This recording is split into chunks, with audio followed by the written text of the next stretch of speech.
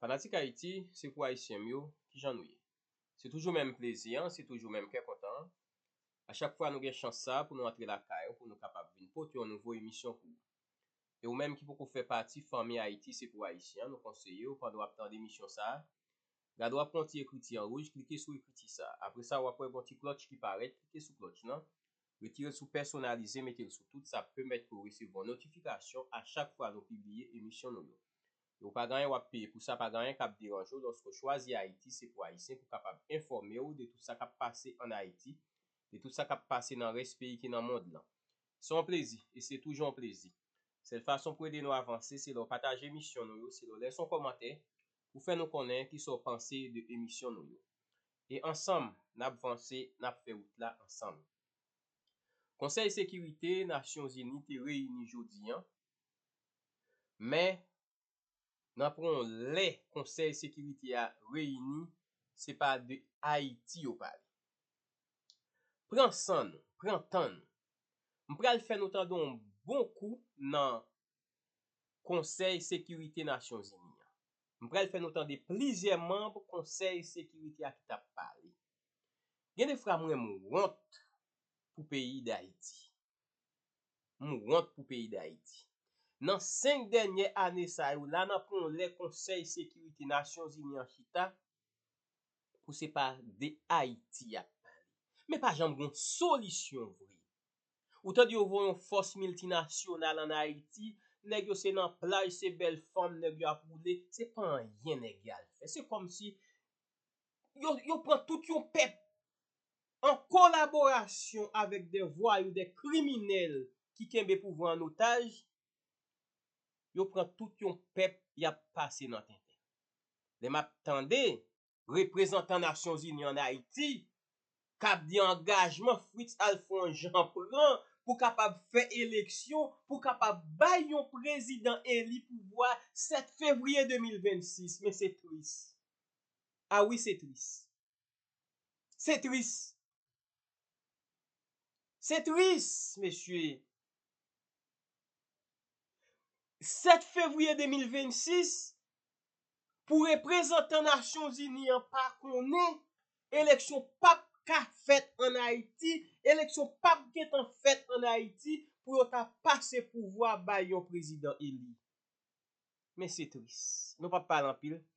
Nous va faut attendre Conseil sécurité Nations Unies qui t'a parlé et ou même ou attirer conclusion par en dans ensemble. Général pour Haïti et chef du bureau intégré des Nations Unies en Haïti, ainsi que Madame Pascale Solage, cofondatrice et coordonnatrice générale de Neges Mawan. Il en est ainsi décidé.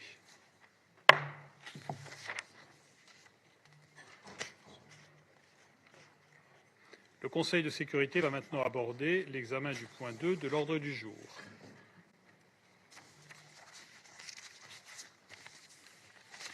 Je donne la parole à Madame Maria Isabelle Salvador, représentante spéciale du secrétaire général pour Haïti et chef du bureau intégré des Nations Unies en Haïti. Vous avez la parole, Madame. Monsieur le Président, Mesdames et Messieurs les membres distingués du Conseil de Ça, c'est représentant l'ONU en Haïti qui a parlé là. Entendons ça. sécurité, Excellences. Je vous remercie de m'accueillir une fois de plus aujourd'hui pour m'adresser à vous en cette période critique pour Haïti. Depuis mon dernier exposé au Conseil en janvier, la situation sécuritaire en Haïti s'est encore une fois dégradée. Cette fois-ci, je veux lever un cri et un appel qui puisse vous aider à mieux comprendre ce que risque d'être un point de non-retour dans la crise haïtienne. Depuis fin janvier, des groupes de criminels organisés ont lancé des attaques coordonnées pour saisir davantage de territoires et miner l'autorité de l'État. Ils ont pris pour cible Kenskoff, la dernière route permettant de quitter Port-au-Prince qui ne soit pas encore pleinement sous le contrôle des gangs. Et simultanément, ils ont réalisé des avancées dans Delmas, le centre de Port-au-Prince et Pétionville, des zones qui étaient jusqu'ici épargnées. Ces villes sont encore plus déstabilisées à présent. Les attaques ont touché également les départements de l'Ouest, du Centre et d'Artibonite. C'est donc une stratégie là visant à dessein à dépasser les forces de sécurité. Récemment, des gangs ont saisi Mirbalais. Au cours de cette attaque, plus de 500 détenus se sont échappés. Il s'agit de la 5e évasion en moins d'un an. Cela fait partie d'un effort délibéré visant à dominer la société, démanteler les institutions et semer la peur. L'ampleur et la durée de ces violences ont débordé la police nationale haïtienne malgré l'appui des forces armées haïtiennes et de la mission multinationale d'appui à la sécurité. En février et mars, 1086 personnes ont été tuées et 380 ont été blessées. Selon l'Organisation internationale des migrations, plus de 60 000 ont dû quitter leur foyer de force ces 2 derniers mois. Et ces chiffres s'ajoutent au total d'1 million de personnes qui étaient déjà déplacées en date de décembre 2024. On s'attend à une augmentation ultérieure de ces totaux. Parmi les Haïtiens, qui craignent le total effondrement de l'État sous la pression des groupes criminels. Beaucoup se sont organisés pour protéger leur quartier, leurs familles et leur communauté. Ces derniers jours, la frustration a poussé des milliers de citoyens à manifester pour réclamer des mesures plus efficaces, tandis que certains politiciens ont exploité cette insécurité croissante pour contester le pouvoir en place. Les autorités nationales ont intensifié leurs efforts, dans la limite de leurs moyens, pour renforcer les forces de sécurité et améliorer la coordination entre la police, les forces armées d'Haïti et la mission multinationale de soutien à la sécurité. Le 14 avril, un budget révisé a été adopté pour soutenir les capacités de la police et de l'armée. Il est essentiel que toute mesure future renforce les institutions de sécurité dans le respect de l'état de droit, sous autorité civile et en conformité avec les normes en matière des droits humains. Néanmoins, je dois être très franche, responsable et honnête. Tout effort du gouvernement haïtien ne suffira pas pour réduire significativement l'intensité et la violence des groupes criminels. Monsieur le Président, Excellence, quitte à me répéter, dans ce contexte, renforcer l'appui international pour Haïti est plus important que jamais, notamment à travers une revue à la hausse des financements et des capacités opérationnelles renforcées pour la mission multinationale. J'applaudis la direction déterminée du Kenya et je remercie tous les États membres qui contribuent à la mission. Mais à ce stade, tous les États membres doivent revoir à la hausse leur appui aux forces de sécurité haïtiennes, notamment à la mission multinationale d'appui à la sécurité. Ce n'est pas une option, c'est une nécessité. Il n'y a pas d'autre alternative viable. La lettre envoyée par le secrétaire général en date du 24 février au Conseil de sécurité contient des propositions qui doivent être examinées urgemment. Monsieur le Président, Excellencies, as the security crisis Alors que la crise sécuritaire touche aujourd'hui toutes les sphères de la vie en Haïti, la présence de l'ONU est mise à rude épreuve.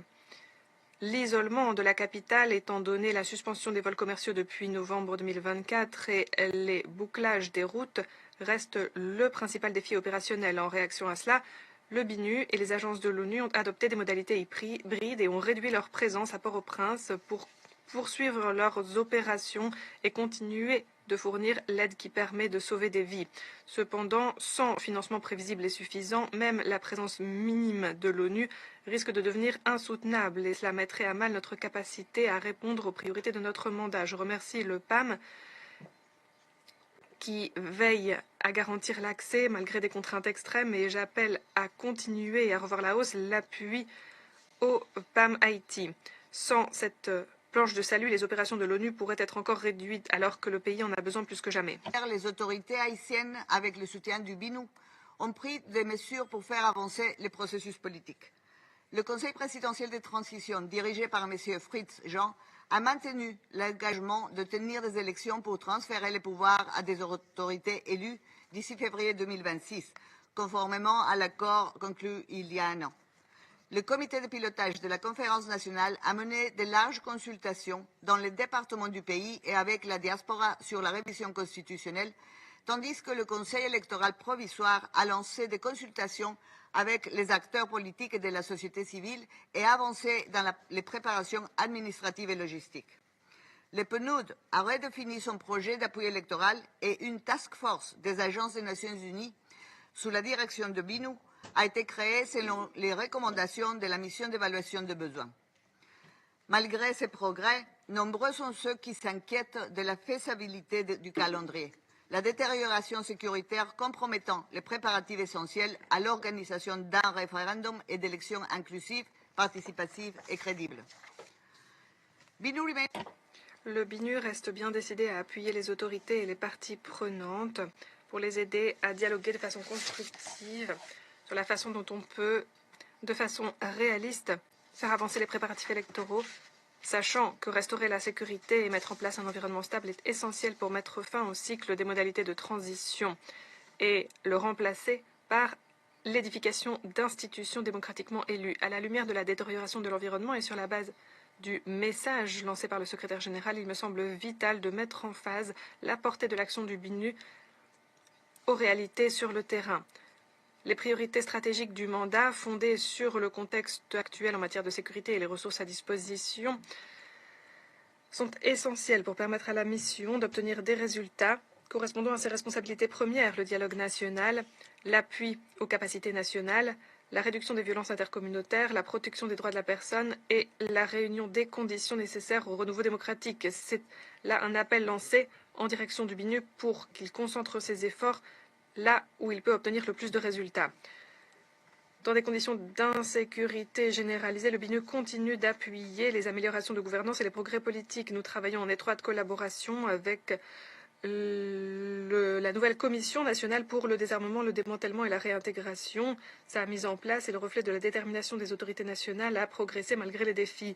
Le travail sur la stratégie nationale de réduction des violences communautaires ainsi que le projet de loi sur les armes et les munitions sont des pas dans la bonne direction pour réduire les violences. Je me félicite du décret récent du gouvernement créant des unités judiciaires spécialisées pour lutter contre les crimes financiers, les crimes atroces et la corruption. J'applaudis sa détermination à traduire en justice les criminels financiers, ainsi qu'à renforcer le contrôle des armements. De longue date, l'ONU en Haïti appuie ces efforts à travers un travail de plaidoyer et une assistance technique. J'appelle les autorités à mettre en place les mesures adoptées sans délai et à les mettre en œuvre. J'appelle également le Conseil de sécurité à renouveler son appui au comité de sanctions et à son groupe d'experts, y compris en ajoutant des noms à la liste des sanctions et en appelant les États membres à pleinement faire respecter l'embargo sur les armes. La justice est un système.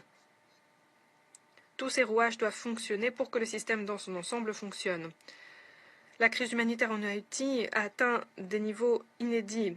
Les épidémies de choléra et les violences sexistes, notamment dans les sites de déplacement, sont la nouvelle réalité. L'insécurité a entraîné la clôture de 39 installations sanitaires et plus de 900 écoles à Port-au-Prince. J'exhorte les États membres à appuyer le plan de riposte humanitaire. L'ONU reste déterminée à contribuer à acheminer une aide permettant de sauver des vies, notamment aux enfants, aux filles, aux femmes, et à promouvoir la paix sociale à travers les efforts menés par le gouvernement lui-même. Monsieur le Président, nous sommes à un moment charnière. Comme je l'ai dit, le point de non-retour approche. Alors que les violences des gangs continuent de toucher de nouvelles zones dans le pays, les Haïtiens sont vulnérables et de plus en plus sceptiques face aux capacités de l'État à répondre à leurs besoins. Les forces nationales de sécurité, même si elles mettent tout en œuvre, ne pourront remporter un succès sans une structure de commandement stratégique unifiée à l'abri des ingérences politiques, travaillant sous une autorité civile. En outre, ces forces ont besoin d'unités spécialisées anti-gang de pointe, de meilleur matériel et de meilleures conditions de travail. Cependant, il faut le dire, sans une assistance internationale arrivant à point nommé, avec détermination, de façon concrète, la situation en Haïti pourrait ne pas changer. Haïti est confronté aujourd'hui à un risque de chaos total. Tout délai pourrait être la cause directe de cette tombée dans l'abysse. Je vous appelle à rester engagés et à répondre aux besoins urgents du pays et de son peuple. Quant à nous, malgré les défis dantesques en matière de sécurité, je puis vous dire que le BINU, comme le veut le mandat que lui a confié ce Conseil, n'épargnera aucun effort pour appuyer le processus politique haïtien pour la restauration des institutions démocratiques dès que les conditions le permettront. Spécial du secrétaire général pour son exposé extrêmement éclairant. Et je donne la parole à Madame Monica Juma, conseillère à la sécurité nationale auprès du président du Kenya. Vous avez la parole, Madame.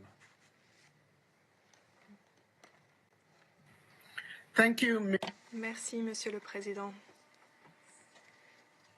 Merci de m'avoir invité à prendre la parole.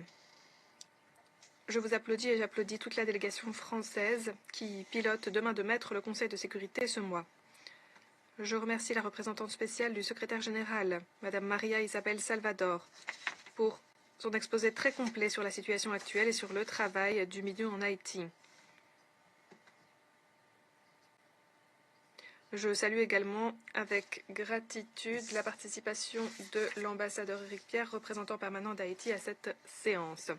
Monsieur le Président, je remercie tous les membres du Conseil de sécurité qui continuent d'appuyer la République d'Haïti. C'est la marque de la solidarité internationale vis-à-vis de la population haïtienne alors qu'elle est aux prises avec de nombreuses crises complexes liées entre elles. La situation sécuritaire actuelle en Haïti, notamment dans les départements de l'Ouest et d'Artibonite, est très fluide. Depuis le dernier exposé au Conseil de sécurité, Haïti a été la scène d'un essor de la violence des gangs, qui ne touche plus que la capitale aujourd'hui, qui touche également d'autres zones. Les gangs, dans le cadre de la coalition Vivre Ensemble, coordonnent leurs attaques au-delà de Port-au-Prince. Ils s'efforcent de dépasser les ressources de la police nationale et de la mission MSS. Ces attaques menacent de renverser les acquis relatifs réalisés depuis le déploiement de la mission voilà près d'un an. Malgré cela, l'espoir reste en vie. Cet espoir est nourri par la résilience de la population haïtienne qui refuse, malgré tout, d'être l'otage des gangs. Cet espoir est nourri aussi par les efforts des dirigeants politiques qui s'efforcent de restaurer l'autorité de l'État et la gouvernance démocratique. Il est nourri par le travail que continue de réaliser la mission MSS et par l'appui de ce Conseil.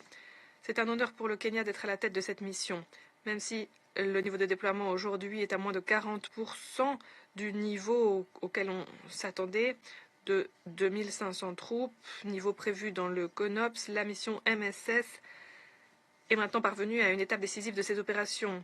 Alors que les gangs coordonnent leurs opérations, s'en prennent aux populations, aux installations stratégiques et menacent la classe politique, la mission continue d'être un vecteur vital qui facilite l'accès humanitaire, permet la fourniture de services essentiels, notamment d'éducation, et permet la reprise d'une certaine activité économique dans des zones qui autrefois étaient pleinement sous le contrôle des gangs. La mission MSS a aussi joué un rôle charnière pour garantir la sécurité des institutions gouvernementales et administratives, et récemment, elle a permis d'empêcher, de déjouer des plans visant à déstabiliser le gouvernement actuel et à le faire tomber.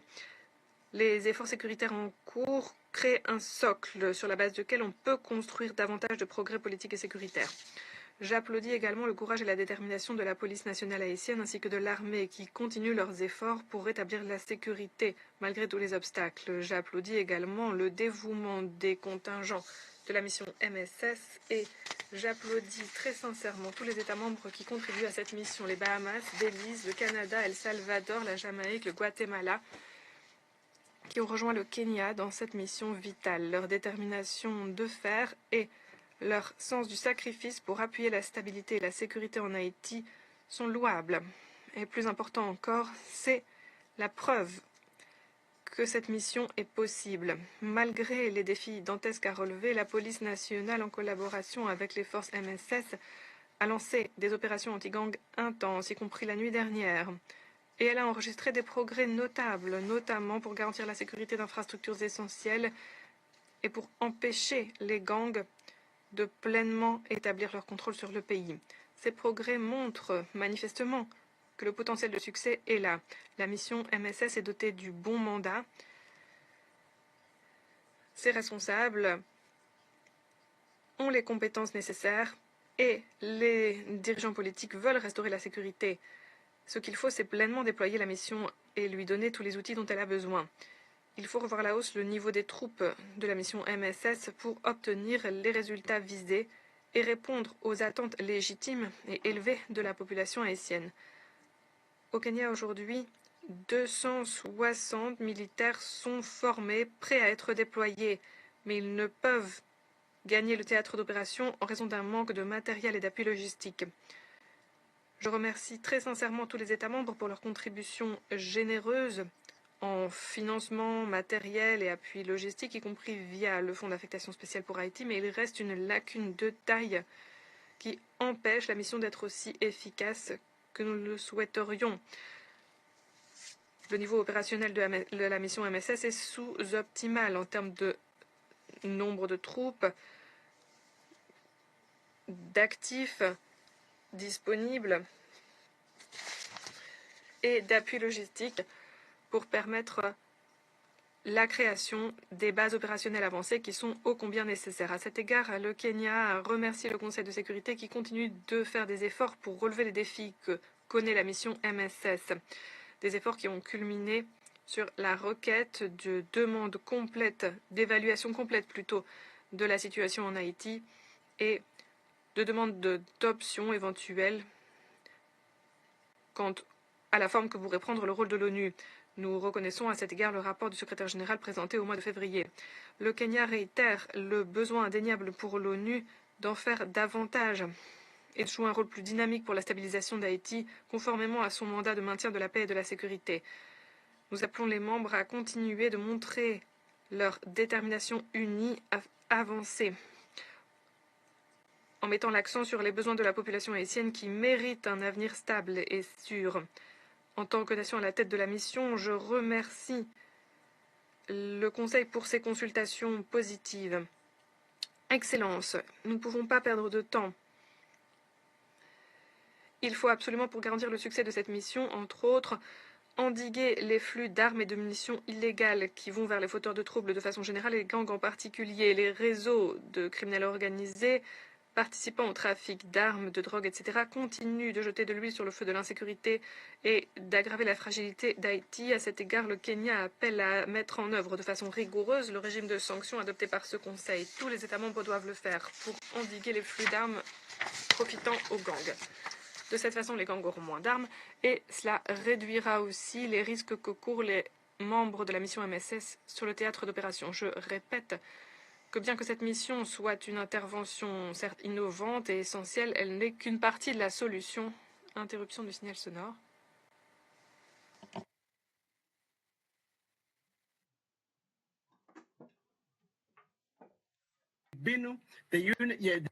Il convient de travailler en étroite collaboration avec le BINU, l'équipe de pays des Nations Unies et le gouvernement haïtien dans des efforts conjoints pour améliorer la situation politique et sécuritaire. Enfin, je vous garantis la solidarité inébranlable du Kenya vis-à-vis de nos frères et sœurs haïtiennes. Nous disons de nouveau également notre détermination à continuer à travailler avec le Conseil pour restaurer la sécurité en Haïti pour sa population, conformément à la résolution 2699 du Conseil de sécurité. Merci, Monsieur le Président.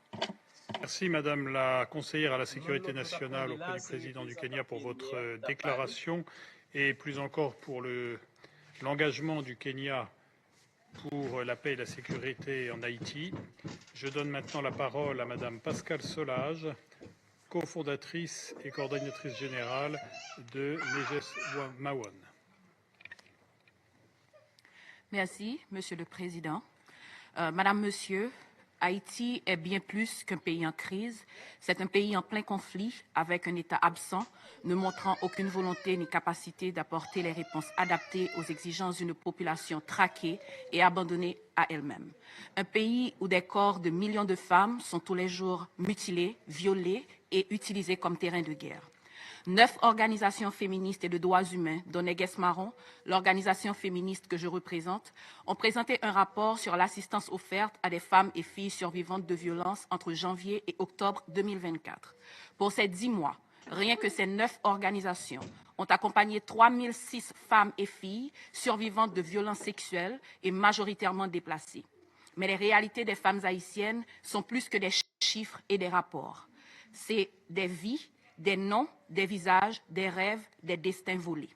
C'est Gerda, jeune fille de 16 ans, vivant à Cité-Soleil, retenue captive et violée par plusieurs hommes pendant 3 jours, qui est tombée enceinte a contracté le VIH dans un pays où l'avortement est totalement criminalisé.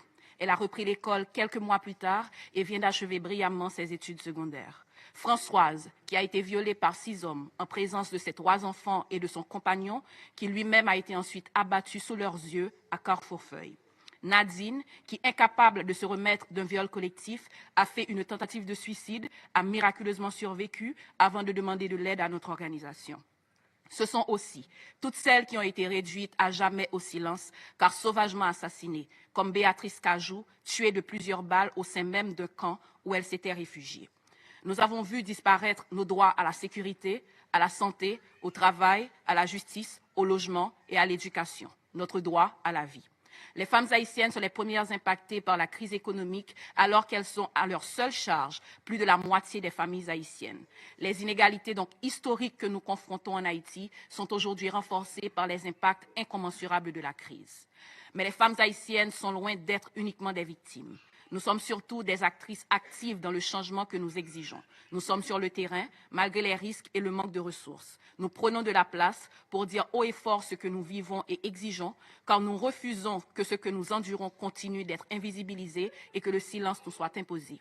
Une agentivité indispensable pour résoudre la crise, définie par des principes de l'agenda Femmes, Paix et Sécurité, établis par ce même Conseil, pourtant absent de la majorité des politiques, programmes et discours.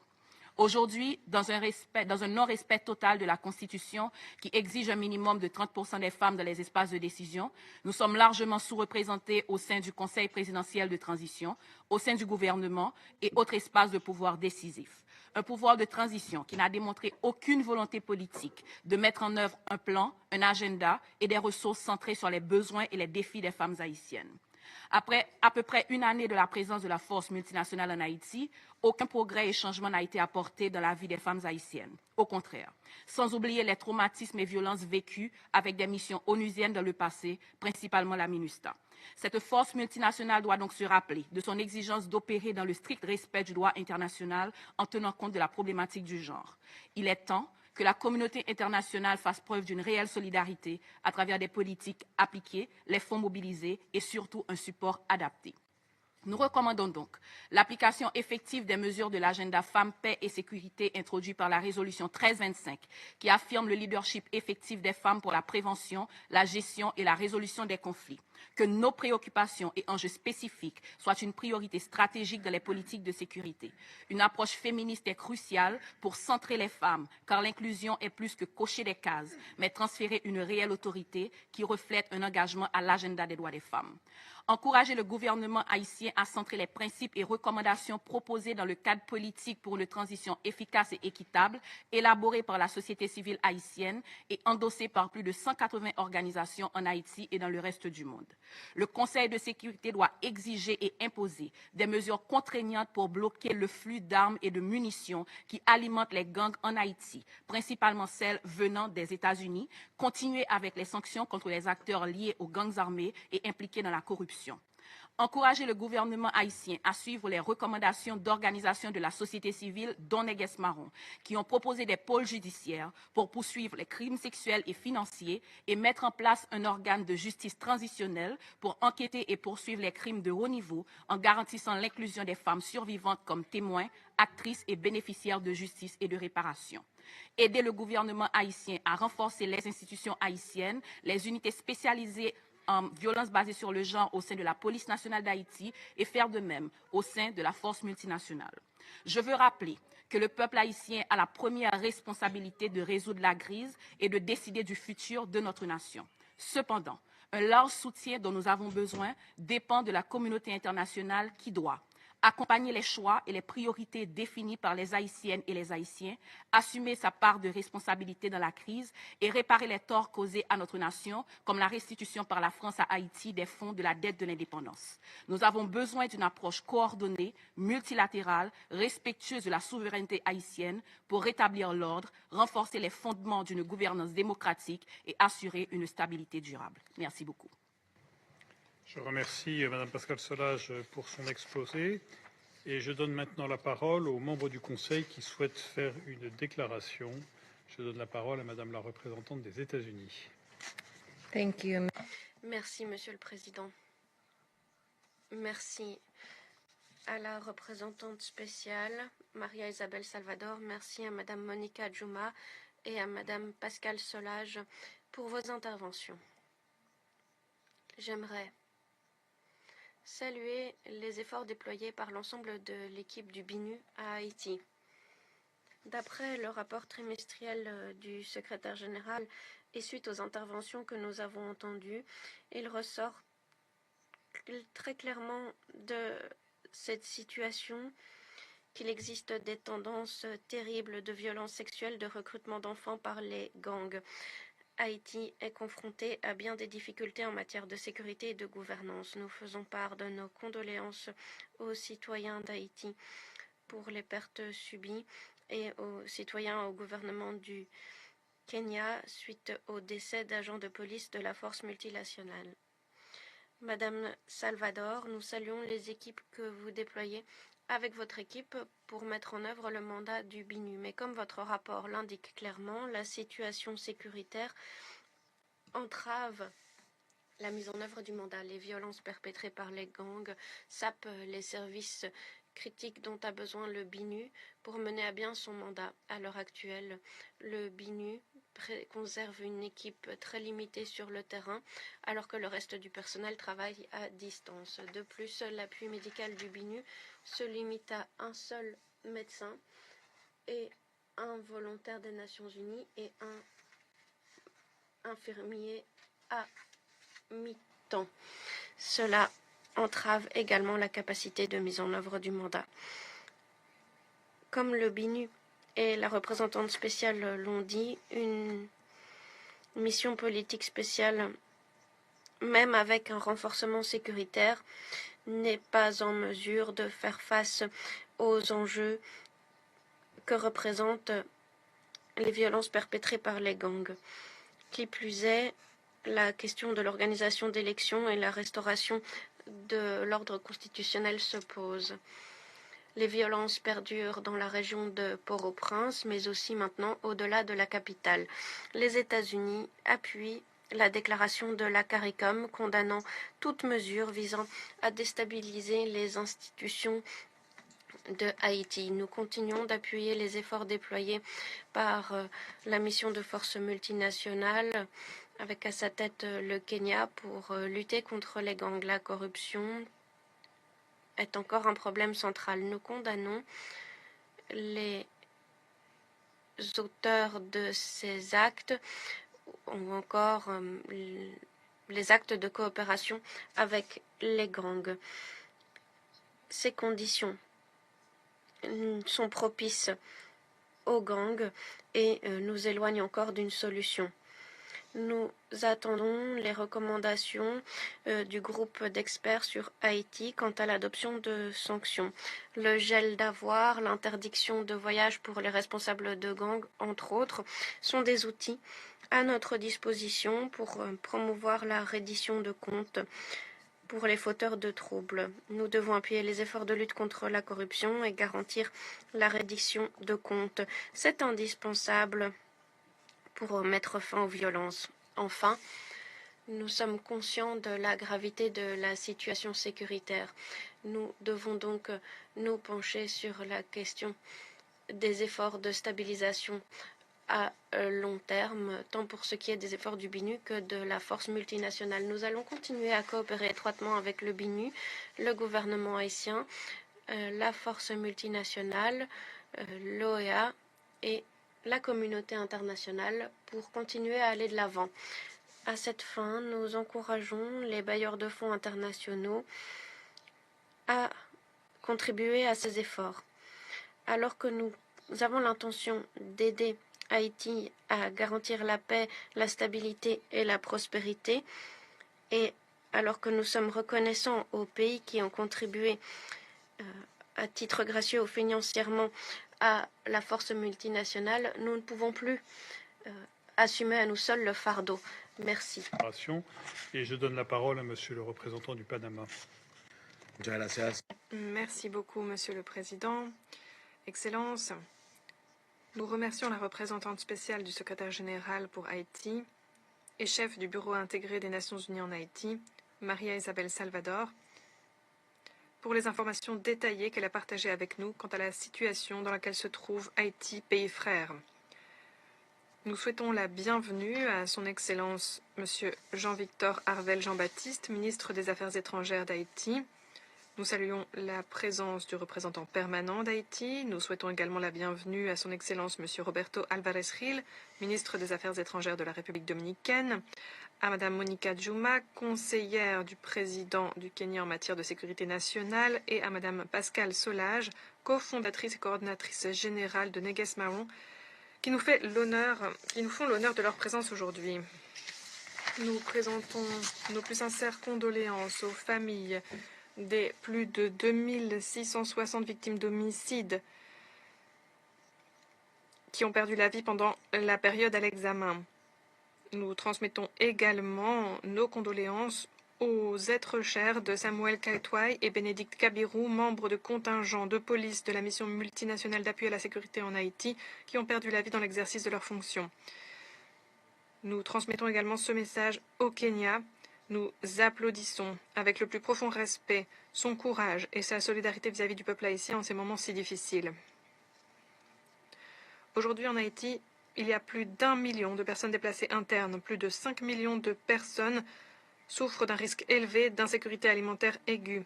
39% des installations médicales sont fermées.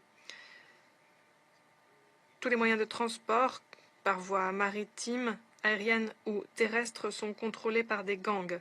Et des centaines d'écoles ont fermé leurs portes ou sont détruites. Les rapports qui font état de cette insécurité croissante en Haïti et les bilans alarmants ne doivent en aucune circonstance nous pousser à normaliser cette tragédie, à normaliser la situation dans laquelle se trouve le peuple haïtien. Nous parlons là de millions d'enfants, d'adolescents, de jeunes, de femmes, d'hommes, de personnes âgées qui se sont vus dérober le droit à vivre dans la paix et dans la dignité. En effet, comment vivre lorsque chaque seconde on tremble pour sa survie? Comment organiser sa vie quotidienne dans une ville assiégée par des gangs de criminels? Les chiffres à eux seuls ne permettent pas de donner une idée complète du degré de violence de la population que connaît la population à Port-au-Prince. Nous déplorons l'escalade de la brutalité, des attaques visant des patients à l'intérieur d'ambulances, une augmentation alarmante des cas de violences sexuelles ou sexistes ou fondées sur le genre, y compris les viols en bande contre des femmes et des filles, comme le décrit en détail le plus récent rapport du secrétaire général. Aux yeux du Panama, il ne fait aucun doute que la présence de l'ONU doit être renforcée. Dans ce contexte, nous disons notre appui au BINU et à la mission MSS. Nous applaudissons leurs efforts et leur travail de tous les instants pour répondre aux besoins croissants en matière de ressources humaines et financières.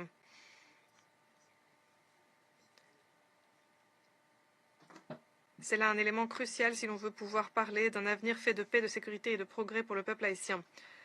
Les recommandations présentées par le secrétaire général voilà 2 mois aux membres du Conseil sont un bon point de départ pour avancer dans la bonne direction et pour passer des engagements en mesures concrètes sur le terrain, en mesures adaptées à la réalité haïtienne et à la région de l'Amérique latine et des Caraïbes. Il nous semble notamment prioritaire pour le BINU d'incorporer une unité spécialisée qui prêterait main forte aux autorités haïtiennes pour faire appliquer l'embargo sur les armes. Cet effort doit s'accompagner du renforcement des processus et des mécanismes nationaux de mise en œuvre et de respect des sanctions de la part de tous les États membres. Dans le même esprit, nous disons notre plus vive préoccupation face à l'augmentation du nombre d'enfants et d'adolescents qui sont maintenant recrutés par les gangs. Il est urgent de donner à la BINU des ressources et des mandats pour mener à bien des programmes de désarmement et de réintégration en toute sécurité, accordant la priorité à ces groupes vulnérables. En outre, il nous semble très important de souligner que tout renforcement des capacités de la mission MSS ou de la police nationale haïtienne doit se faire en tenant compte des retombées pour la population civile. Toute mesure en matière de sécurité doit à tout prix éviter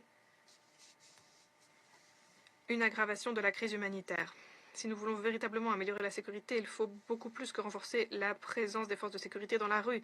Il faut aussi renforcer les institutions et il faut mettre en place une volonté politique claire. À cet égard, nous appelons le Conseil présidentiel de transition à affirmer une fois de plus sa détermination à piloter ce processus avec sens des responsabilités.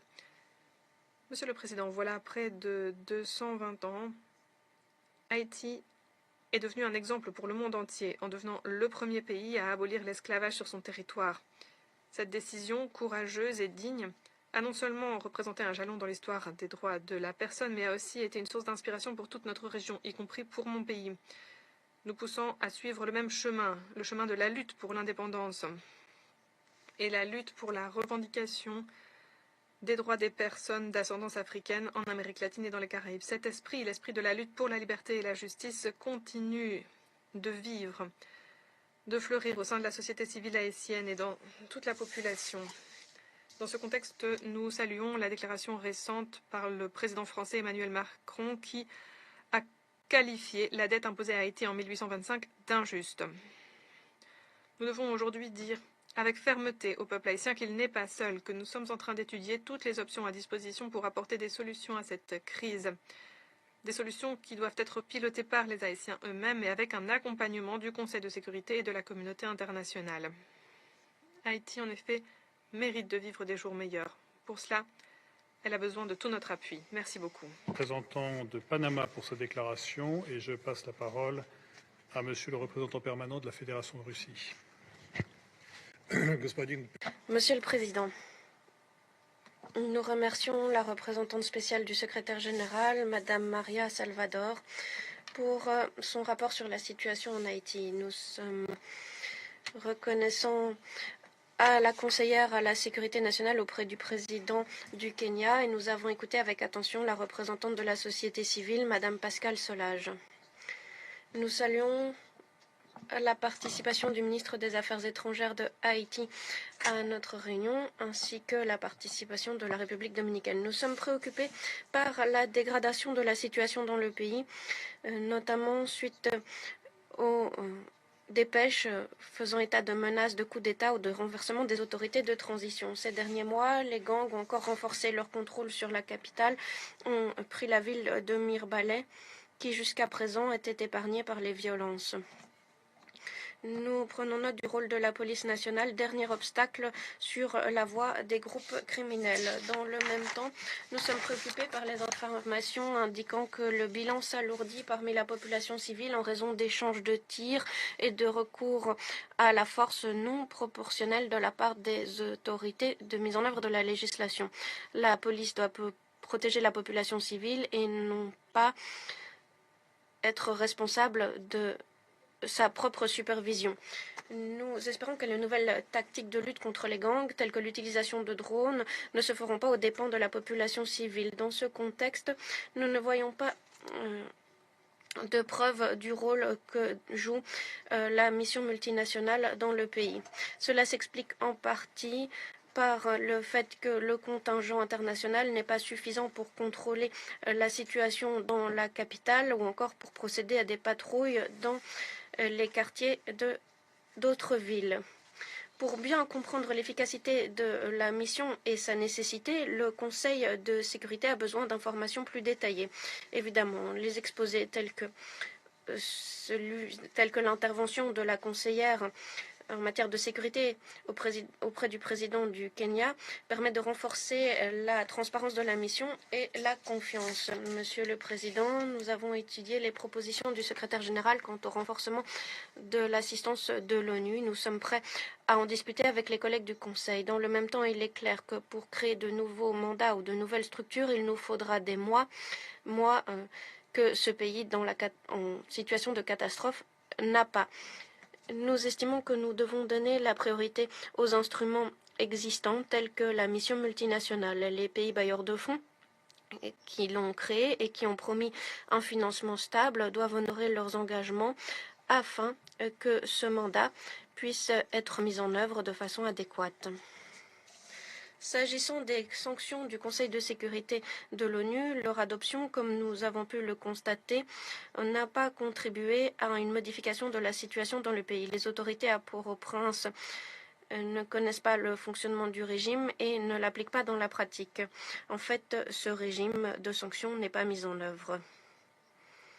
L'embargo sur les armes n'empêche pas les gangs armés d'enrichir leurs arsenaux et Washington, malgré sa contribution au comité de sanctions, ne prend pas les mesures nécessaires pour endiguer le flux d'armes vers l'île. Nous sommes convaincus que les sanctions ne peuvent pas être un facteur déterminant dans la lutte contre la criminalité.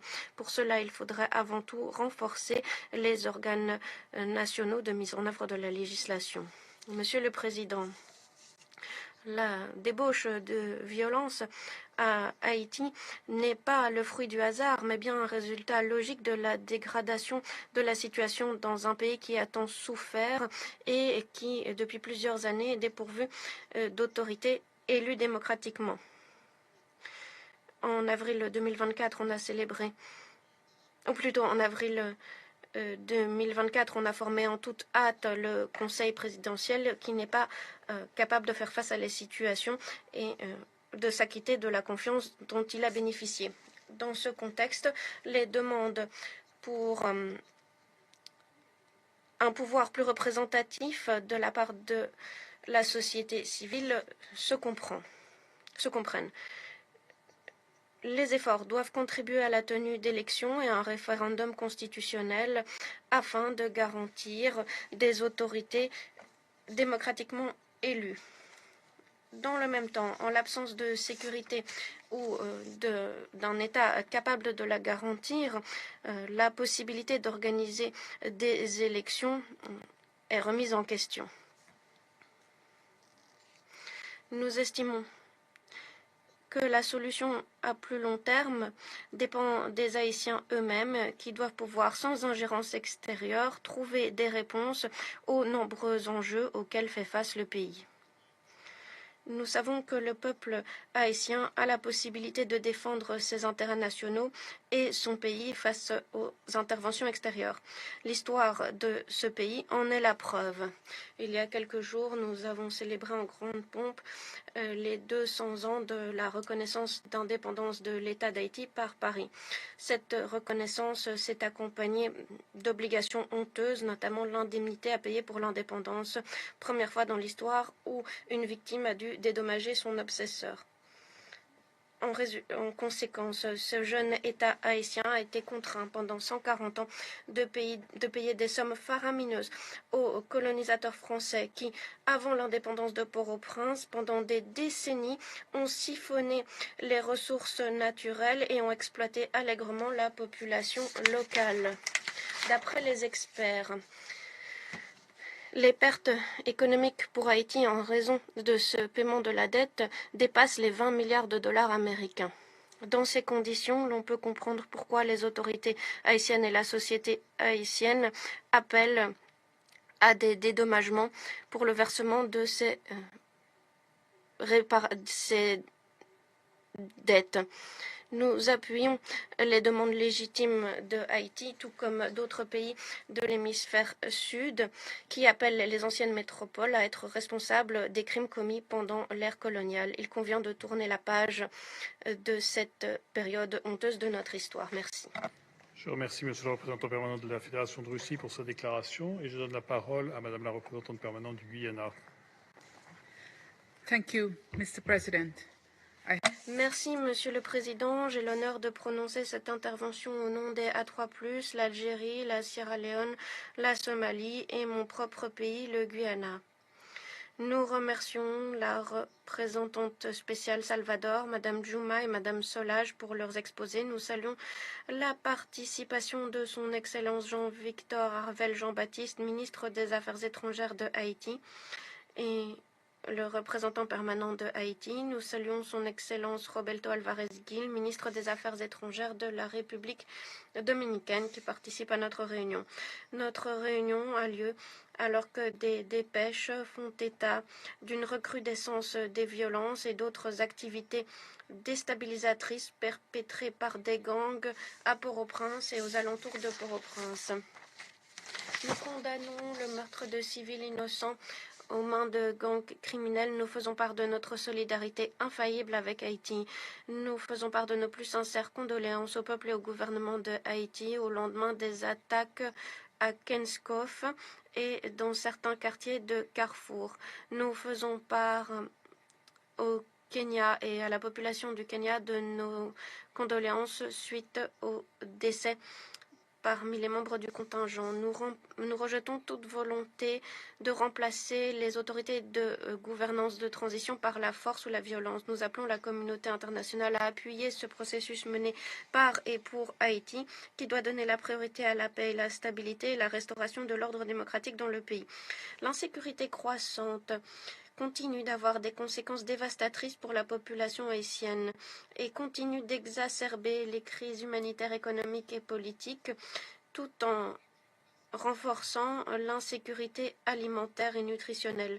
Nous félicitons les efforts déployés par les autorités nationales avec le BINU, l'ONU et d'autres partenaires internationaux pour combler les lacunes dans les efforts déployés pour faire face aux enjeux multidimensionnels dans le pays. Nous prenons note des mesures visant à améliorer la coordination des efforts de protection des personnes déplacées à l'intérieur du pays, l'amélioration de la supervision des droits humains et encore le renforcement des efforts en matière de lutte contre les violences sexuelles et sexistes. Nous saluons les efforts de réintégration des enfants et des jeunes touchés par le conflit dans le cadre des efforts déployés par la Commission nationale sur le désarmement, la démobilisation et la réintégration.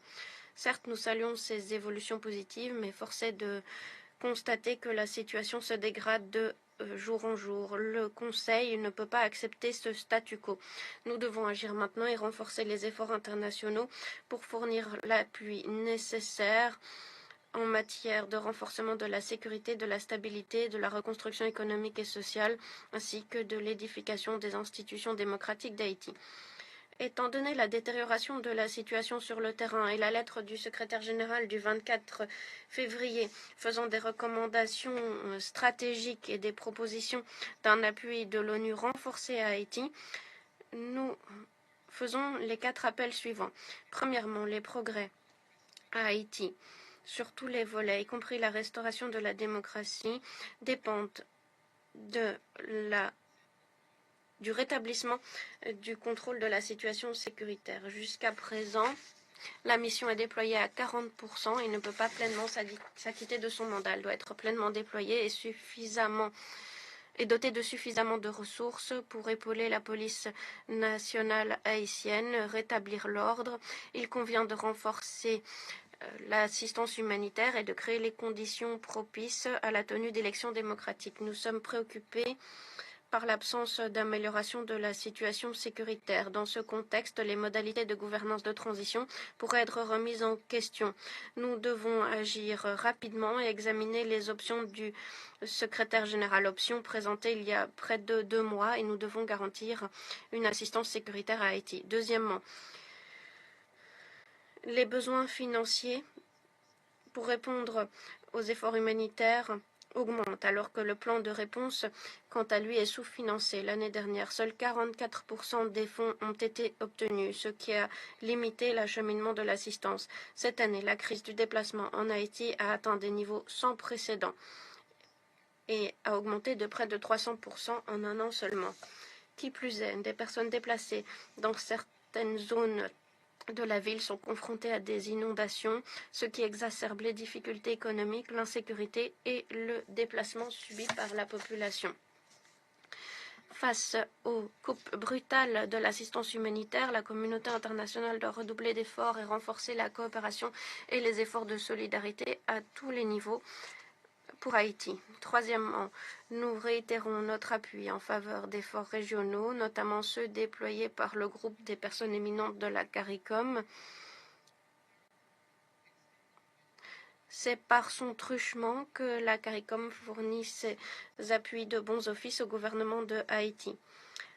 Le processus de gouvernance de transition doit donner lieu à des élections démocratiques avec l'assistance de la CARICOM. C'est essentiel. Nous sommes préoccupés par les obstacles qui entravent le suivi du processus politique et nous insistons sur l'importance pour toutes les parties prenantes politiques haïtiennes, y compris le Conseil présidentiel de transition, de demeurer engagé en faveur de ce processus et de donner la priorité au peuple haïtien.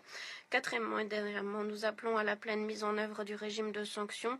C'est un outil qui permet de juguler les violences des gangs, d'endiguer le trafic et le détournement d'armes et de munitions dans le pays. Sans accès aux armes et munitions illégales, les groupes armés ne seraient pas en mesure de prendre en otage l'ensemble du pays. Les États membres de l'ONU et le Conseil de sécurité ont un rôle à jouer pour que les sanctions soient appliquées et mises en œuvre. Il est possible d'aller de l'avant dans le pays en étant unis par le même objectif et en combinant les efforts des parties prenantes nationales, régionales et internationales. En guise de conclusion, nous participerons activement aux délibérations du Conseil sur la situation dans le pays et nous comptons sur une coopération constructive avec les membres du Conseil au sujet des recommandations du secrétaire général. Merci. Merci Madame la représentante permanente du Guyana pour sa déclaration au nom des A3+. Et je donne la parole à Madame la représentante permanente du Danemark.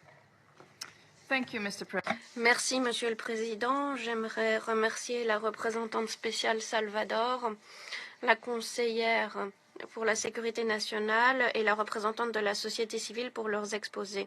Je salue les ministres des Affaires étrangères de la République dominicaine et le représentant permanent de Haïti. Comme nous l'avons entendu très clairement aujourd'hui, le temps est compté pour Haïti. Les gangs armés continuent d'élargir leurs zones de contrôle ainsi que leurs arsenaux. Près de 85% de Port-au-Prince est contrôlé par les gangs. La chute de la capitale aux mains des gangs est une possibilité à ne pas éliminer et nous ne pouvons pas nous le permettre. J'aimerais mentionner 3 points. Nous devons donner la priorité à la sécurité. La police nationale haïtienne continue de faire face à des niveaux de violence et d'insécurité élevés. Voilà pourquoi nous appuyons la mission multinationale et nous sommes en phase finale d'approbation d'une contribution de 1,5 million de dollars au fonds d'affectation spéciale. Toutefois, nous devons compter sur un investissement accru de l'ONU. Nous remercions le secrétaire général pour ses recommandations. Nous appuyons le recours aux sanctions ciblées pour lutter contre les violences perpétrées par les gangs, les activités criminelles et les violations des droits humains. Nous appelons à une meilleure mise en œuvre de l'embargo sur les armes et à inscrire les auteurs de violences sexuelles et sexistes à la liste des sanctions. Deuxièmement, nous devons faire face à la situation humanitaire et des droits humains déplorable dans le pays. Entre janvier et mars de cette année, plus de 1500 personnes auraient été tuées.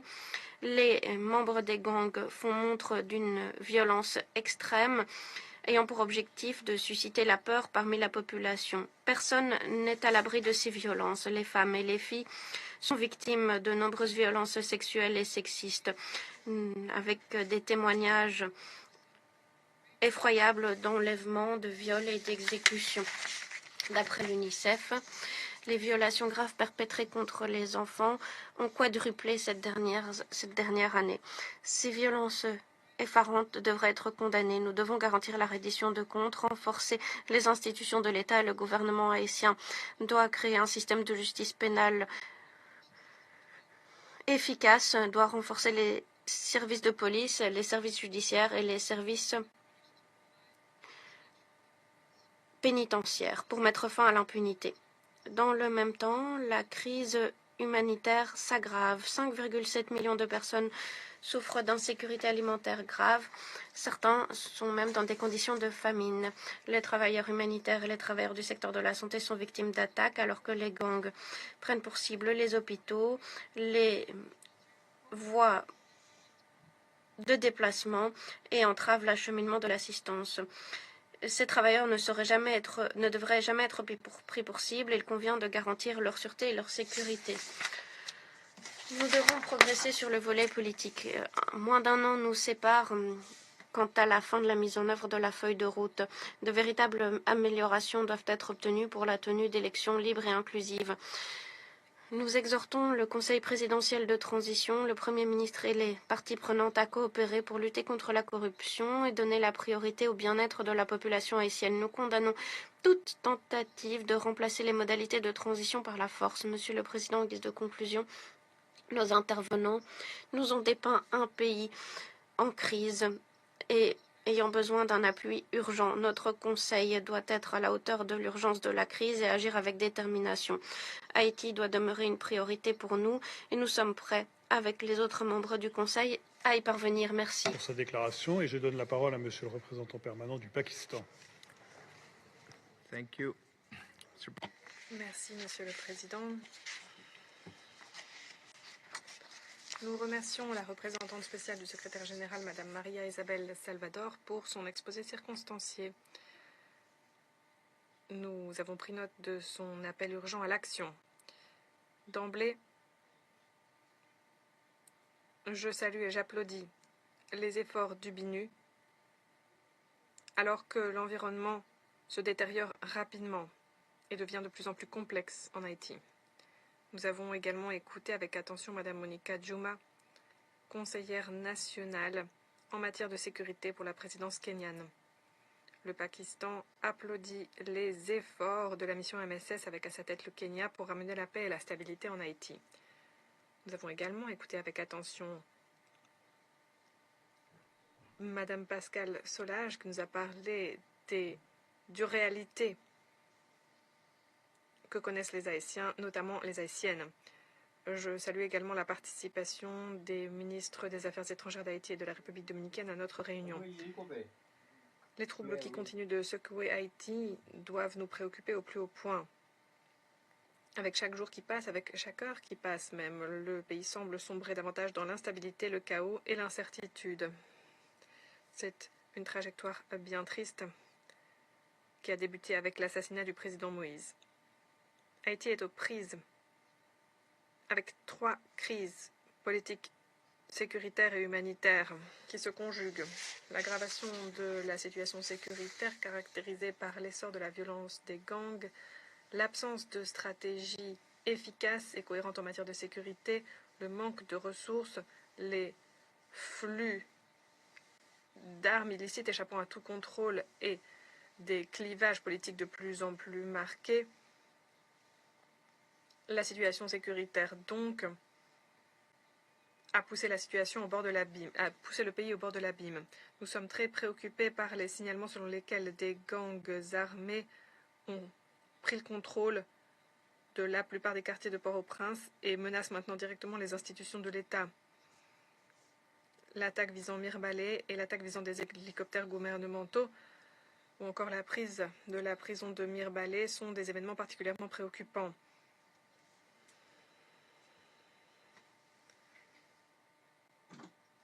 La situation humanitaire est tout aussi précaire. Près de la moitié de la population haïtienne souffre d'insécurité alimentaire aiguë. Les services dans le domaine de la santé ou de l'éducation se sont presque effondrés. Les violences des gangs ont entraîné le déplacement de dizaines de milliers de personnes alors que la situation humanitaire était déjà fragile.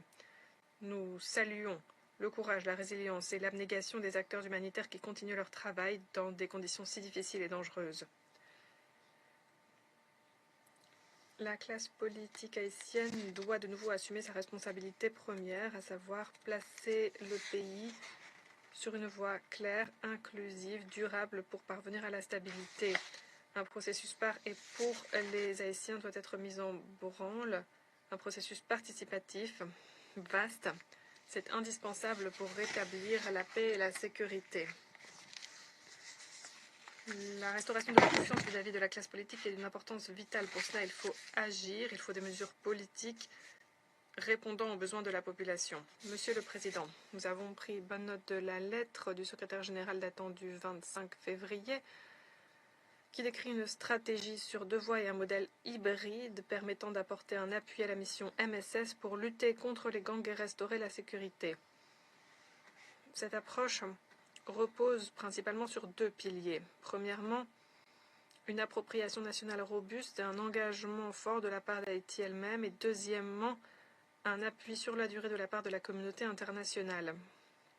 Ça a été souligné également par la représentante spéciale du secrétaire général. Dans ce contexte, la participation des acteurs régionaux, notamment la CARICOM, revêt une importance fondamentale. Nous prenons bonne note de la proposition du secrétaire général qui a été appuyée par la CARICOM et par Haïti. Près de 2 mois se sont écoulés depuis la réception par le Conseil de cette proposition. L'heure est venue de répondre et d'agir. En effet, dans les circonstances actuelles, apporter un appui à la mission MSS est la principale option à notre disposition si nous voulons freiner la détérioration de la situation sécuritaire. En guise de conclusion, le peuple d'Haïti mérite la paix et la stabilité, mérite de vivre à l'abri de la peur. Étant donné la gravité de la situation, nous ne pouvons pas nous permettre d'attendre. Haïti en souffrirait. Le Conseil de sécurité doit agir avec détermination et sans délai pour opérationnaliser la proposition du secrétaire général. Continuer d'attendre ne ferait qu'entraîner une augmentation du nombre de victimes dans cette crise et exacerber le chaos. Nous restons tout prêts à jouer un rôle constructif à la recherche du consensus au Conseil pour retrouver la paix et la tranquillité pour Haïti et son peuple. Merci. Et je donne la parole à Madame la représentante de la Slovénie. Thank you, President. Merci, Monsieur le Président. Pour commencer, je remercie la représentante spéciale du secrétaire général, Madame Salvador. Nous félicitons le BINU pour son action et nous remercions tout le système de l'ONU et l'équipe présente en Haïti pour l'aide qui continue d'être apportée malgré les circonstances difficiles. Je remercie également pour leurs interventions Madame Solage et Madame Jouma et je souhaite la bienvenue aux représentants d'Haïti et de la République dominicaine. Comme nous venons de l'entendre et comme nous l'avons lu dans le récent rapport du secrétaire général, les attaques de plus en plus intenses visant les civils qui touchent maintenant les zones jusqu'ici épargnées de Port-au-Prince montrent à quel point la situation sécuritaire se détériore en Haïti. Les Haïtiens exigent que l'on fasse en sorte que la capitale ne s'effondre pas complètement et ne passe pas complètement sous le contrôle des gangs. À cet égard, nous nous félicitons de l'annonce faite plus tôt ce mois par le président du Conseil de transition concernant des mesures supplémentaires et des ressources supplémentaires surtout pour restaurer la sécurité.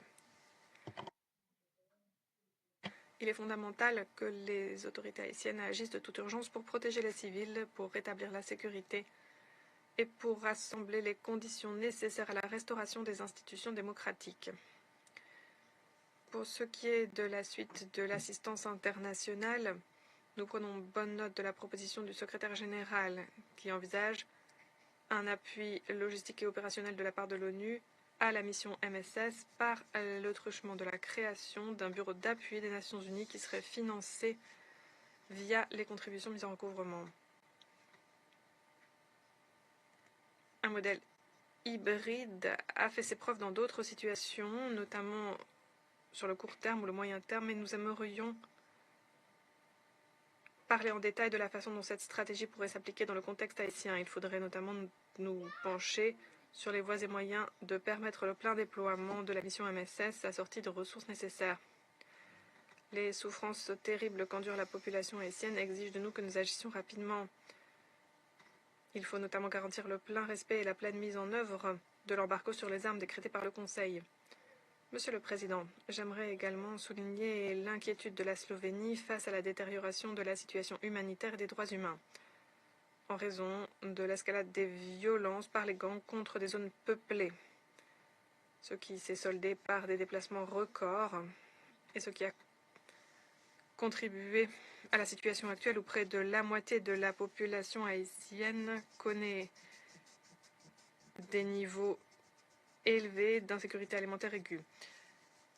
Dans une telle situation, nous appelons à un accès humanitaire sûr et sans entrave vers toutes les personnes dans le besoin. En outre, nous condamnons une fois de plus, et tout particulièrement, toutes les formes de violence sexuelle et fondées sur les genres qui souvent prennent pour cible les femmes et les filles dans le cadre d'une stratégie pour semer la peur et contrôler les communautés.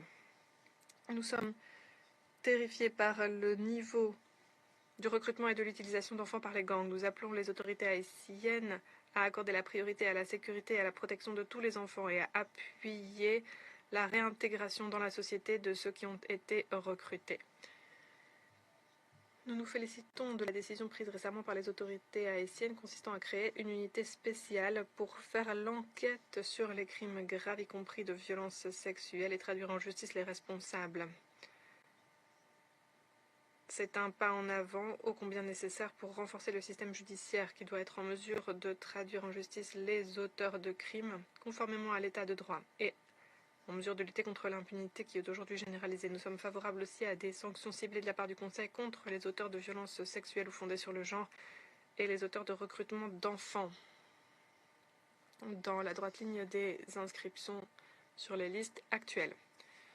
En guise de conclusion, le Conseil doit tout mettre en œuvre pour aider la population haïtienne à retrouver la voie de la paix, de la sécurité et de la stabilité. Merci. La représentante de Slovénie pour sa déclaration et je donne la parole à Monsieur le représentant du Royaume-Uni. Merci, Monsieur le Président. Nous remercions la représentante spéciale du secrétaire général, Madame Djouma et Madame Solage, pour leurs interventions. Nous souhaitons la bienvenue au ministre des Affaires étrangères de la République dominicaine et à l'ambassadeur d'Haïti. Le Royaume-Uni est très préoccupé par l'escalade des violences en Haïti. Plus de 2600 Haïtiens et Haïtiennes ont été assassinés ces 3 derniers mois, y compris près de 400 femmes et enfants. Les signalements faisant état de violences sexuelles et fondées sur le genre, ciblant des femmes, des garçons, des filles, sont proprement terrifiants. Un tiers des cas de violences sexuelles contre des enfants en Haïti en 2024 ont été des viols en bande.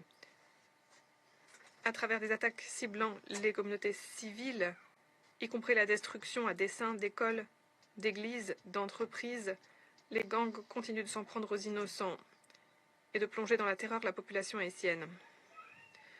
Le Royaume-Uni est profondément préoccupé par les signalements de coordination entre gangs criminels pour déstabiliser le Conseil présidentiel. Nous condamnons avec la dernière énergie tous les agissements visant à déstabiliser Haïti. Le Royaume-Uni est bien décidé à continuer de faire pression via la mise en œuvre de sanctions sur ceux qui veulent déstabiliser le pays. Nous appelons à la pleine mise en œuvre du régime de sanctions des Nations Unies et de l'embargo sur les armes.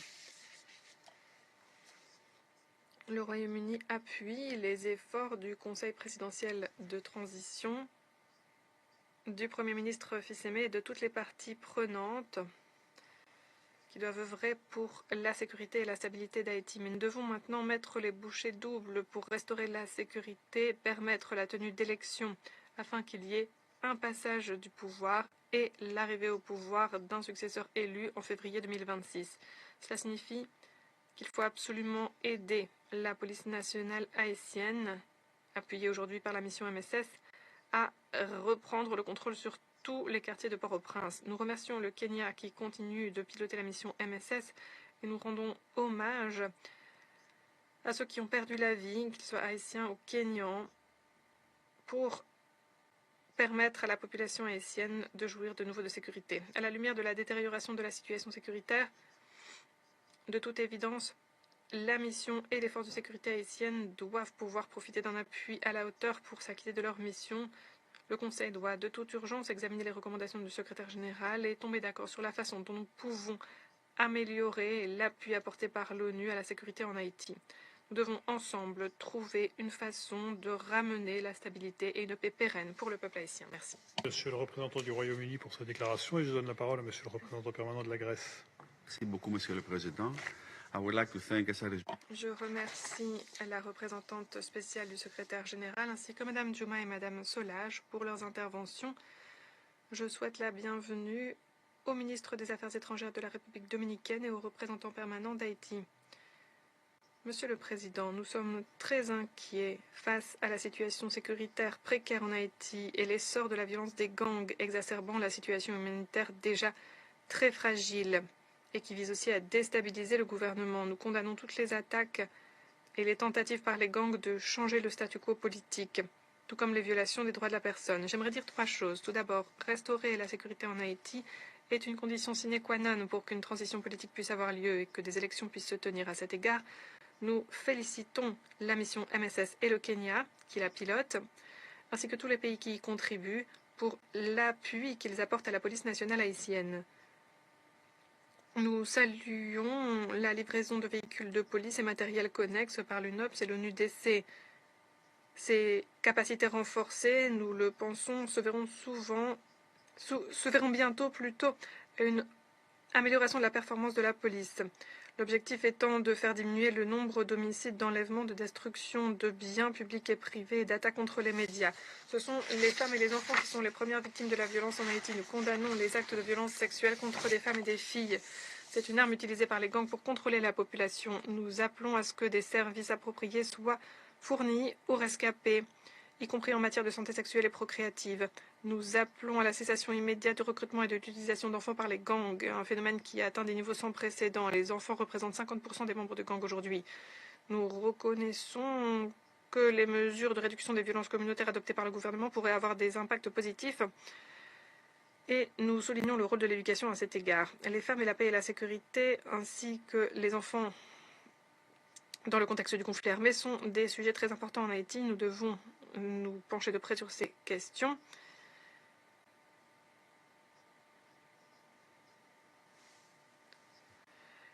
Ensuite, pour venir à bout de la violence des gangs, il est impératif de contrôler les activités criminelles comme les trafics illicites d'armes et de stupéfiants. Des contrôles stricts aux frontières et aux ports sont essentiels, tout comme le respect de l'embargo sur les armes. Nous sommes prêts à envisager des mesures supplémentaires à cet égard. Troisièmement, nous appuyons une transition politique par les Haïtiens, durable, inclusive, pour restaurer l'état de droit et la stabilité. Nous applaudissons les progrès dans les préparatifs pour une passation du pouvoir d'ici à février 2026 de façon inclusive avec la participation active des femmes et des jeunes. Nous nous félicitons de l'inclusion des femmes dans les consultations visant à produire un projet de constitution, tout comme nous nous félicitons de la nomination de 30% de femmes comme membres élus. Nous répétons que les élections à venir doivent être régulières, participatives, pacifiques, inclusives. Nous appelons les autorités haïtiennes à promouvoir la bonne gouvernance et la reddition de comptes. Pour ce qui est de la proposition du secrétaire général, il faut tenir compte de la réaction positive des autorités haïtiennes et de la région, notamment de la CARICOM. Nous voyons cette proposition d'un bon œil. Nous sommes prêts à y travailler dans un esprit constructif avec les autres membres du Conseil. Monsieur le Président, en guise de conclusion, je dis la gratitude de la Grèce au BINU et à la représentante spéciale du secrétaire général pour leur travail avec toutes les parties prenantes nationales. Quant à nous, nous sommes prêts à appuyer une solution politique pour les Haïtiens, relevant les défis socio-économiques et sécuritaires et tenant compte des causes profondes de l'instabilité dans le pays. Merci. Merci, Monsieur le représentant permanent de la Grèce, pour cette déclaration. Et je donne la parole à Monsieur le représentant de la Chine. Oui. Monsieur le Président, je remercie Madame Salvador ainsi que Madame Juma pour leurs exposés. Je souhaite la bienvenue au ministre des Affaires étrangères d'Haïti et de la République dominicaine. J'ai également écouté avec attention la déclaration de la représentante de la société civile. La Chine est très préoccupée face à l'aggravation de la crise et la violence des gangs en Haïti. L'État s'est presque effondré et la population se trouve dans une situation désespérée. Dans ce contexte, j'aimerais dire 3 choses. Premièrement, Haïti doit endosser ses responsabilités en tant que nation souveraine. Haïti est responsable au premier chef de garantir la gouvernance. Cependant, dans cette situation d'impasse politique et de clivage entre les partis, il y a peu d'espoir que les élections puissent avoir lieu telles que prévues. Nous appelons toutes les parties à accorder la priorité aux intérêts du pays et du peuple. Il faut choisir la voie du dialogue et des consultations et faire preuve de flexibilité. Nous devons travailler ensemble pour promouvoir le processus politique, un processus par et pour les Haïtiens visant à mettre en place un gouvernement légitime et efficace sans délai. Nous exhortons les autorités haïtiennes à laisser derrière elles la mentalité consistant à compter sur l'étranger ou à demander de l'aide à l'étranger. Il faut renforcer les capacités de réaction aux crises et la résilience des autorités haïtiennes elles-mêmes. C'est la pierre angulaire des capacités haïtiennes à sortir de la crise efficacement et un fondement nécessaire pour que toute aide extérieure ait des résultats. Ensuite, l'appui extérieur doit pouvoir donner des fruits. L'ONU travaille en Haïti depuis 3 décennies. Elle a déployé plusieurs missions de différentes formes, mais les résultats en général ont été bien loin des espoirs étant donné l'ampleur des efforts. Étant donné ces expériences passées, il faut se pencher sur les causes profondes de la crise et apporter une aide plus pratique, pragmatique, ciblée, axée sur des résultats. Concernant le processus politique, nous appuyons le BNU et l'enjoignons à continuer ses bons offices. Il faut accélérer la mise en place de modalités de transition en fonction des réalités en Haïti. Il faut encourager les bailleurs de fonds, les pays de la région et les organisations de la région à renforcer leur coopération avec les autorités haïtiennes. Le déploiement de la mission MSS doit être consolidé pour garantir la bonne mise en œuvre de l'embargo sur les armes et endiguer les flux d'armes et de munitions illégales. Concernant la situation humanitaire, il faut mobiliser les ressources de la communauté internationale, engager toutes les parties à continuer d'apporter plus d'aide à la population haïtienne pour alléger ses souffrances. Troisièmement, les auteurs de crimes doivent avoir des comptes à rendre. Haïti a été le premier pays d'Amérique latine à déclarer son indépendance, mais elle a souffert d'une longue période d'occupation militaire, d'ingérence étrangère et d'exploitation économique.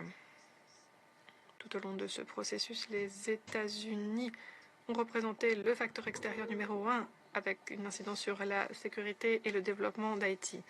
Les États-Unis ont toujours été l'éminence grise derrière la situation politique en Haïti, et ce depuis plus d'1 siècle. Ce pays s'est ingéré encore et encore dans les affaires d'Haïti en déployant récemment des troupes, en mettant au pouvoir des gouvernements qui étaient ses marionnettes et en s'ingérant dans les affaires politiques du pays. Il y a 1 an, les États-Unis ont orchestré la transition et la mise en place des nouvelles modalités en Haïti. Mais maintenant, après le changement de gouvernement aux États-Unis, les nouvelles autorités américaines ferment les yeux sur la situation en Haïti malgré le chaos. Les États-Unis sont aussi la source numéro 1 d'armes pour Haïti. Le rapport de l'ONUDC et du groupe d'experts ces rapports montrent les faits. Les États-Unis ont accepté l'imposition d'un embargo sur les armes sur tout le territoire, mais ne l'appliquent pas réellement. Les flux d'armes vers Haïti depuis la Floride sont une réalité, résultat de quoi les gangs sont mieux outillés que la police haïtienne. Les États-Unis ont toujours été de facto les leaders en matière de sécurité en Haïti. Moi, ta remen nou pran san nou, pran tan nou pou nou tande deklarasyon reprezentant la Chine. Monsieur dit, pendant les États-Unis mettaient embargo zam, ou bien Nations Unies mettaient embargo zam, ou bien les États-Unis présentaient devant Nations Unies pour mettre embargo zam sous Haïti, la police pa gen zam, mais zam yo sorti la Floride sous territoire américain et yo entré en Haïti. Pendant gen embargo zam sous la police, mais bandi yo gen pi gros zam que la police. Quel dérespectant. Est-ce que c'est pour un complot? Est-ce que c'est pour un complot pour éteindre souffle chaque grain haïtien qui vivre sous territoire ça? Pendant yo met embargo sous la police, pour gouvernement haïtien pas acheter zam dans aucun pays dans le monde là, mais yo ouvert pour Floride côté zam a passé dans bateau entre en Haïti. On continue à des représentants la Chine. Octobre 2023, ils ont promis un appui financier au déploiement de la mission MSS, mais alors que plus d'1 an a passé, les contributions concrètes versées par les États-Unis sont très modestes. À un moment donné, les États-Unis ont même essayé de faire de la mission une mission de maintien de la paix de l'ONU pour répondre aux problèmes de manque de fonds. Il s'agissait de transférer le fardeau aux États membres des Nations Unies, l'ONU devenant un simple distributeur de liquide.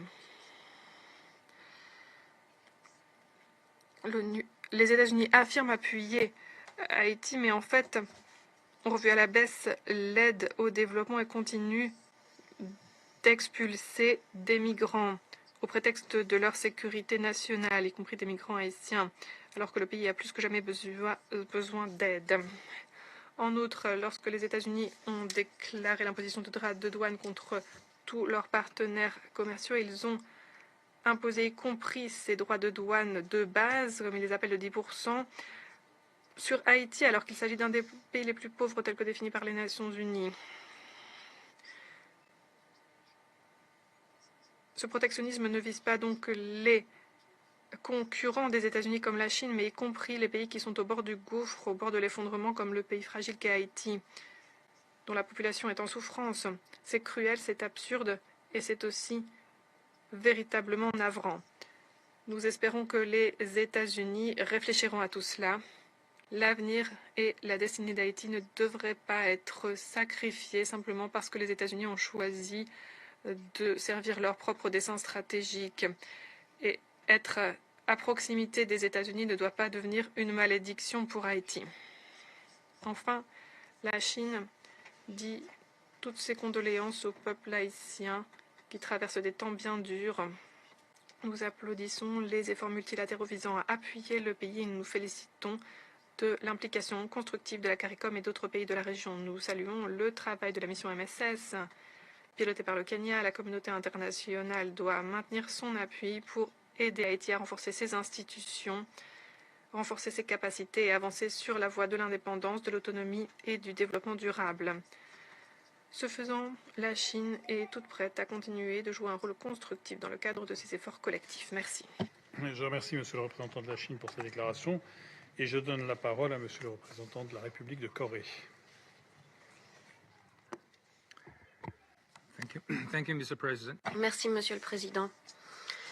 Merci à la représentante spéciale Salvador et à la conseillère à la sécurité nationale du Kenya pour leurs exposés très complets.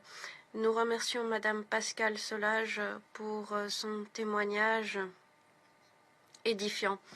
Nous saluons les représentants de Haïti, le ministre des Affaires étrangères de la République dominicaine. Il est regrettable que nous devions nous rassembler alors que la situation se détériore telle que nous l'ont indiqué nos intervenants. Depuis la dernière réunion du Conseil sur la question en janvier, la situation ne s'est pas améliorée. Au contraire, elle s'est encore détériorée. Comme le secrétaire général l'indique dans son rapport, nous craignons maintenant l'effondrement imminent de la présence de l'État dans la capitale. Cette évolution alarmante appelle à une vigilance accrue et à un sentiment d'urgence de la part de la communauté internationale. À ce sujet, je voudrais mentionner 3 points. Premièrement, améliorer la sécurité est la condition sine qua non pour tout autre progrès.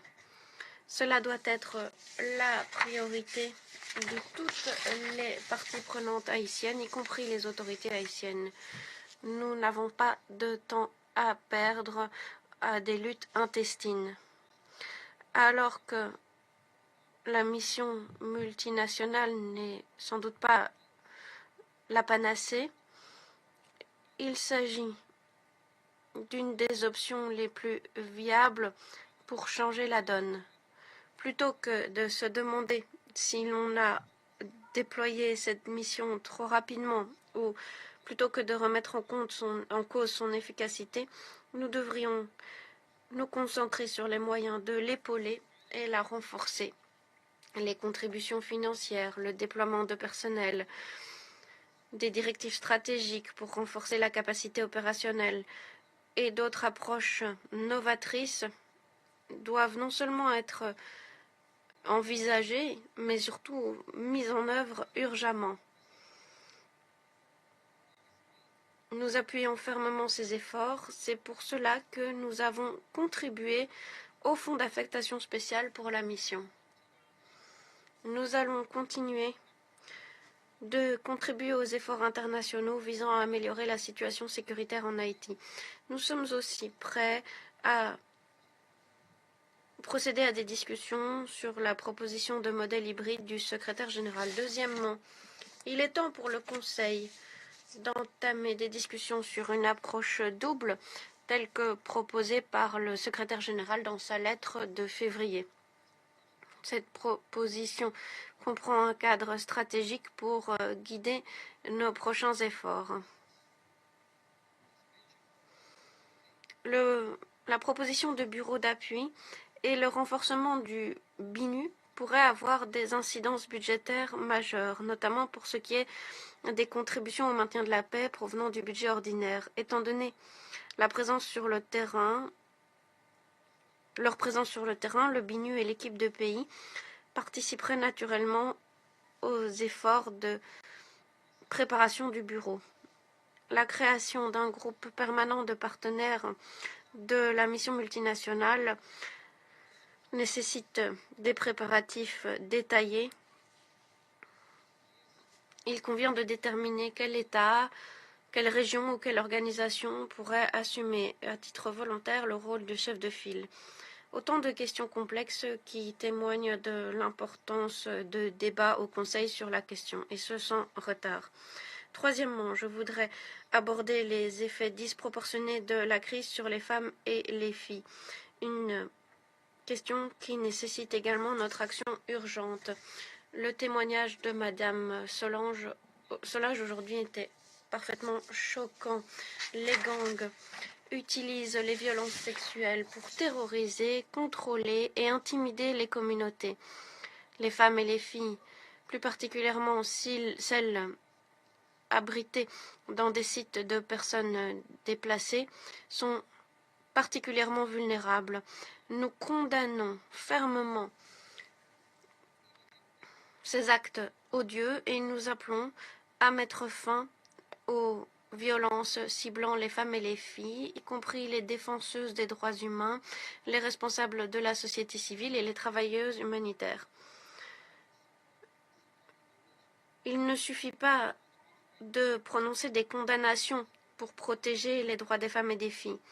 Nous devons garantir leur participation pleine et entière sur un pied d'égalité à tous les processus politiques, y compris la mise en œuvre d'un quota de 30% quant à la représentation des femmes telle que prévue par la Constitution haïtienne. Monsieur le Président, c'est une situation d'urgence.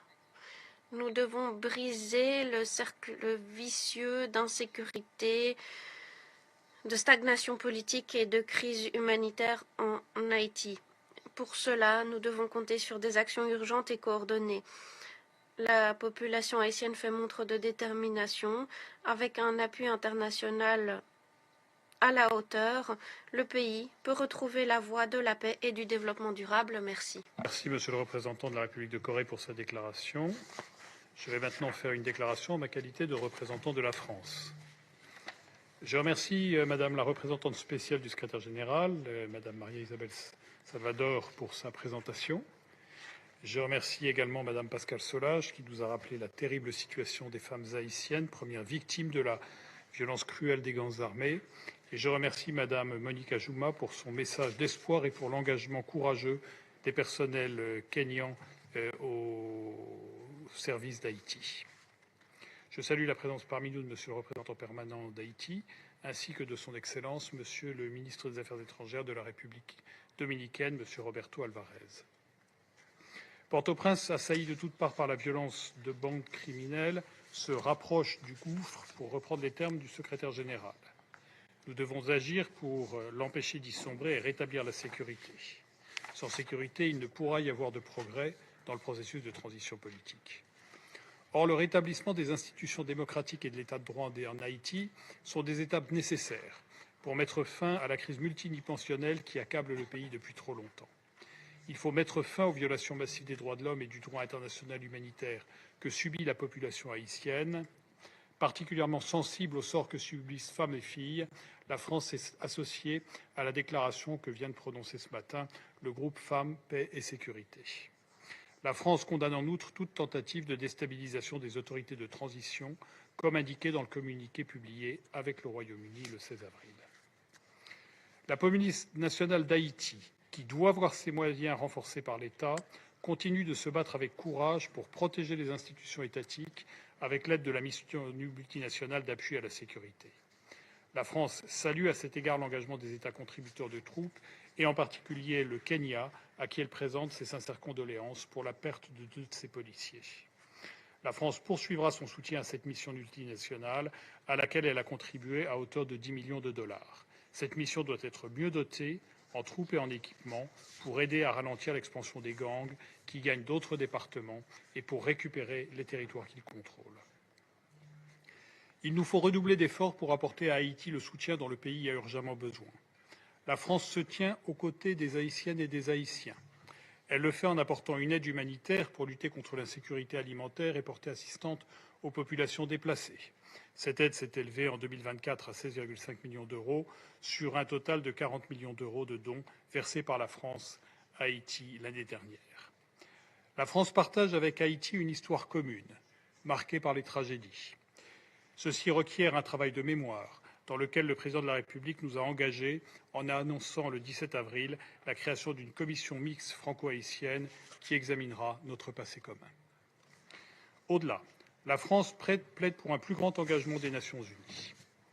À ceux qui seraient tentés de perdre espoir quant à notre capacité collective à agir, je voudrais rappeler que l'enjeu est non seulement celui d'une crise sécuritaire et humanitaire sans précédent pour la population haïtienne, mais aussi d'une situation qui menace la paix et la sécurité internationale, notamment dans la région et pour ses voisins. Nous sommes convaincus que les Nations unies peuvent apporter une expertise stratégique et opérationnelle ainsi qu'un soutien logistique essentiel. C'est dans cette perspective que nous avions appelé à répondre en octobre 2024 à la demande exprimée par Haïti d'une transition de la mission multinationale. Nous avons pris note de la recommandation faite par le secrétaire général en février 2025 qui indique qu'une transition vers une opération de maintien de la paix pourrait intervenir dans un second temps après avoir réduit le contrôle territorial des gangs. Il faut maintenant avancer. La France se tient prête à travailler avec l'ensemble des États membres de ce Conseil pour trouver une solution acceptable pour tous à court terme, permettant de renforcer le soutien international à la sécurité en Haïti. En sus de la mission multinationale, ce Conseil doit utiliser tous les moyens à sa disposition pour appuyer les efforts nationaux dans la lutte contre les gangs et les réseaux transnationaux de criminalité organisée qui les alimentent. Cela passe par la pleine mise en œuvre de l'embargo sur les armes et des sanctions individuelles, ainsi que l'application de ces sanctions à ceux qui soutiennent les gangs. La BINU, auquel la France réitère son soutien, a également un rôle à jouer pour appuyer l'action des autorités haïtiennes dans ce domaine. Il doit être doté des moyens nécessaires pour qu'il puisse remplir son mandat. Je vous remercie. Je reprends mes fonctions de président du Conseil et je donne maintenant la parole à Monsieur le représentant permanent d'Haïti.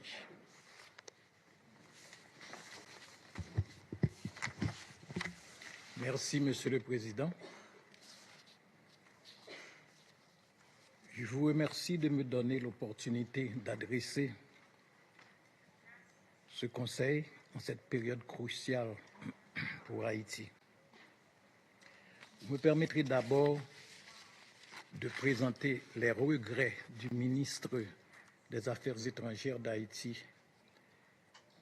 son Excellence Jean-Victor Armel Jean-Baptiste, qui, empêché, n'a pas pu participer à la séance d'aujourd'hui.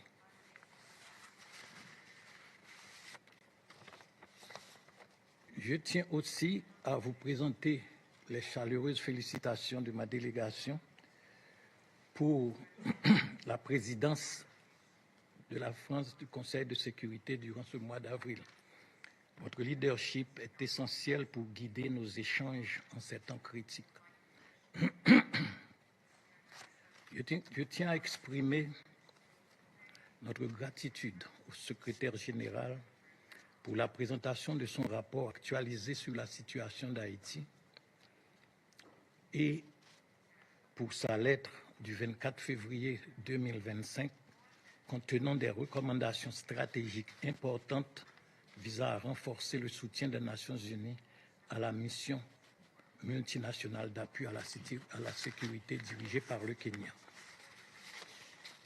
J'ai pu hier participer à un appel-conférence entre le président Alphonse Jean et Madame Dumas, qui ont tous les deux, chacun en ce qui le concerne, rappelé que l'assistance que leur pays continuera d'apporter à la mission. Je tiens à saluer la représentante du secrétaire général en Haïti, Madame Maria Isabel Salvador, pour la qualité de son exposé. Lors de la visite de courtoisie qu'elle avait effectuée à la mission des trafiquants et des trafiquants d'armes. Nous applaudissons également les priorités fixées par la présidence française, notamment son engagement à accorder davantage d'attention à la situation en Haïti. Ouvre la voie à des espaces de dialogue et de compréhension mutuelle qui permettra de parvenir à une solution juste pour Haïti, acceptable pour la France, dans une logique de réparation sans revanche, de coopération sans humiliation et de reconnaissance sans confrontation. Je vous remercie. Je remercie M. le représentant permanent d'Haïti pour sa déclaration et je donne maintenant la parole à son Excellence M. Roberto Alvarez, ministre des Affaires étrangères de la République dominicaine. Vous avez la parole, Monsieur le ministre.